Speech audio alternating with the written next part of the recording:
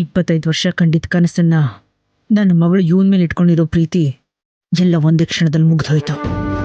ನನ್ನ ನಾಗಮಣಿ ನಾಗನಿಧಿನ ನನ್ನಿಂದ ದೂರ ಮಾಡಿದೆ.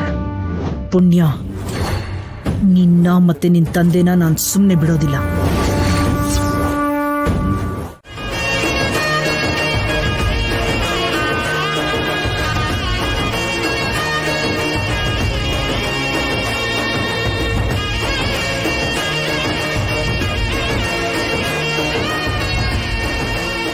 ಮಗಳೇ, ಅಳಿಯಂದ್ರೆ ಇಬ್ರು ಬಲಗಾಲಿಟ್ಟು ಒಳಗ್ ನಡೀರಿ. ಇರಿ ಇರಿ, ಅದ್ ಹೇಗ್ ಸುಮ್ನೆ ಬಂದ್ಬಿಡ್ತೀರಾ? ಗಂಡನ್ ಹೆಸರು ಹೆಂಡತಿ, ಹೆಂಡತಿ ಹೆಸರು ಗಂಡ ಹೇಳ್ಬಿಟ್ ಬರ್ಬೇಕು.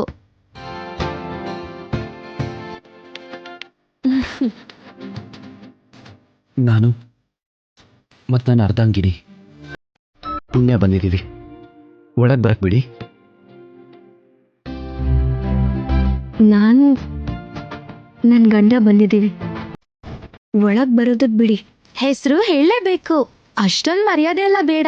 ಹೋಗ್ಲಿ ಬಿಡಮ್ಮ, ಪಾಪ ಅಕ್ಕ ಅಲ್ವಾ. ನೀವ್ ಸುಮ್ನೆ ಇರಿ ದೊಡ್ಡಪ್ಪ. ಪುಣ್ಯ, ನೀನ್ ಹೇಳು. ನಾನು ನನ್ ಗಂಡ ಅನಿರುದ್ಧ್ ಬಂದಿದ್ದೀವಿ. ಬಲ್ಗಾಲಿಟ್ಟು ಒಳಗ್ ಬನ್ನಿ. ನಡೀರಿ. ಇದೆಯಾ? ಅವತ್ ಮದ್ವೆಲಿ ಎಲ್ ದೂರ ಆಗಿ ಹೋಗ್ತೀವೋ ಅಂತ ನನ್ ಮನಸ್ಸು ಒಡ್ದು ಹೋಗೋ ರೀತಿ ಆಗಿತ್ತು. ಆ ಕ್ಷಣ ನೀನೇನಾದ್ರೂ ದೂರ ಆಗಿದ್ದಿದ್ರೆ ಇಷ್ಟೊತ್ತಿಗೆ ನಾನು ನಮ್ಮ ಅಮ್ಮನ ಹತ್ರ. ಪುಣ್ಯ,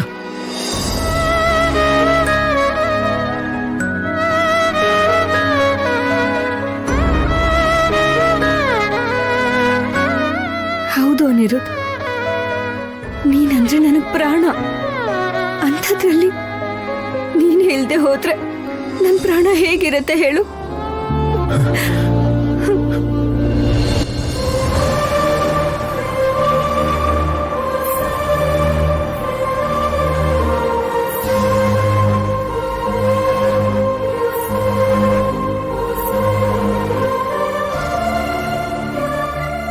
ಆ ದೇವರು ಈ ಅನಿರುದ್ಧಿಗೆ ತಾಯಿ ಪ್ರೀತಿ ಜೊತೆಗೆ ಇಲ್ಲಿ ನೋಡು, ನಿನ್ ಪ್ರೀತಿನೂ ಕೊಟ್ಟಿದ್ದಾರೆ. I love you, I love you, I love you so much.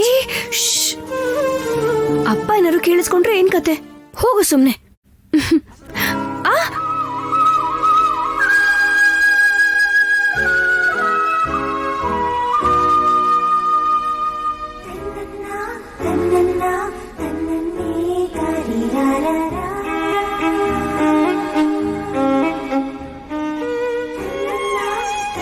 ಹೋಗು ಅಂತ ಹೇಳಿದ ತಕ್ಷಣ ಹೋಗ್ಬಿಡಕ್ಕೆ ಬರೀ ಪ್ರೀತಿ ಮಾಡ್ತಿದ್ದಿದ್ದು ಅನಿರುದ್ಧಲ್ಲಮ್ಮ.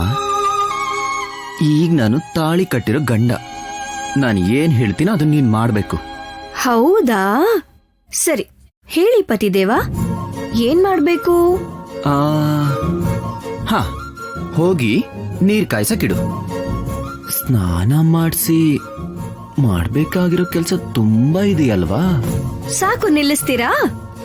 ಬೆಕ್ಕಿನ ಕಣ್ಣವನೆ.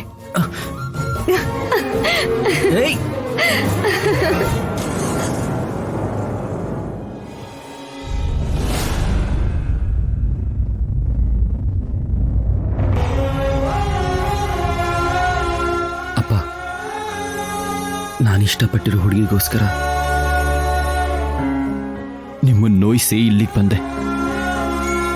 ಆದ್ರೆ ನಿಮ್ಮ ಮನಸ್ಸನ್ನ ಬದಲಾಯಿಸಿ ನಮ್ಮ ಎರಡು ಕುಟುಂಬನೂ ಒಂದಾಗೋ ಥರ ಮಾಡ್ತೀನಿ.